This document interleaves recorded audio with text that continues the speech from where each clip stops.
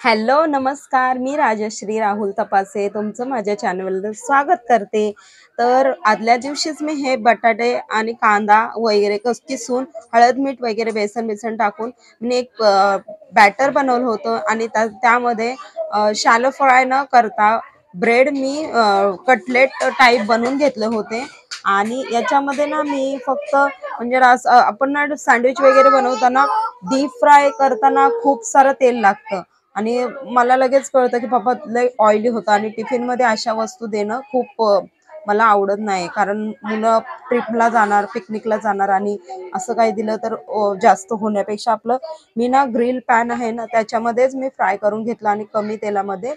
त्यानंतर सकाळी 5 वाजताच उठली दुसऱ्या दिवशी आणि सर्व बाहेरचं आवरून घेतलं आणि रोजिष्णूला सकाळी तयारी करून नेलं. त्याने मग तिथे खूप लेट झाला होता. 9 वाजले मला जाण्यासाठीच. मग त्याला मी बसमध्ये बसून दिलं आणि घरी तिथून थोड्या अंतरावर मी चालत आली आणि तिथून मग बसमध्ये आली.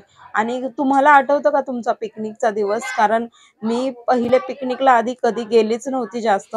मी 5वीला गेली होती. 5वी पासूनच स्टार्ट. मग 5वी, 6वी, 7वी, 8वी, 9वी, 10वी असं केलं होतं. आणि लास्ट पिकनिक माझी कोल्हापूरला गेली होती. अजून सुद्धा स्मरणात आहे माझ्या.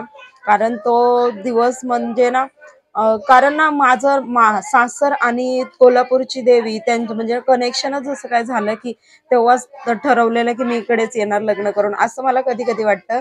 कारण माझं ना मी कोल्हापूरलाच गेली होती आणि रंकाळा तलाव आहे ना तिकडे पण गेली होती मी. खूप छान वाटलं. आणि तसंच मला वाटतं की असं कनेक्शन असेल कारण आमचं कुळदैवतच कोल्हापूरची आई आहे. मला सोडलं आणि मी चालत निघाले आहे. तिथून थोडंसं चालत जाऊन मग बसने जाईल.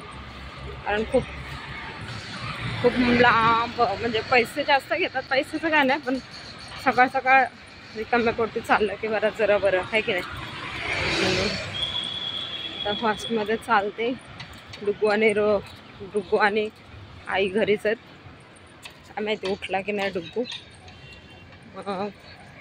चालून जाते काहीतरी घेऊन, नाही तर बनवावं लागेल नाश्ता वगैरे ना. मी आधीचा व्हिडिओ देखील टाकला होता काल, पण रिस्पॉन्स एवढा येत नाही आहे.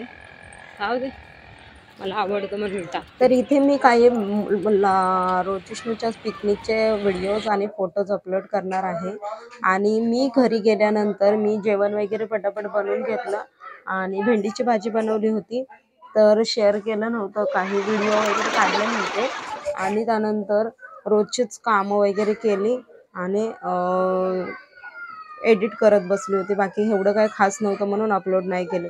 तर तुम्हाला आवडल्यास लाईक, शेअर, सबस्क्राईब करा आणि कमेंट देखील करा. तुम्ही पिकनिकला कुठे गेला होता ते, तुमच्यासाठी आवडीचा पिकनिक स्पॉट कुठे होता तो. आणि मी आता लवकरच मिशो हॉल घेऊन येणार आहे. त्यासाठी स्टे ट्यून. आणि तुम्हाला जर कोणते अजून प्रश्न पडले असतील ते नक्की मला विचारा. आणि बाय. Thank you so much.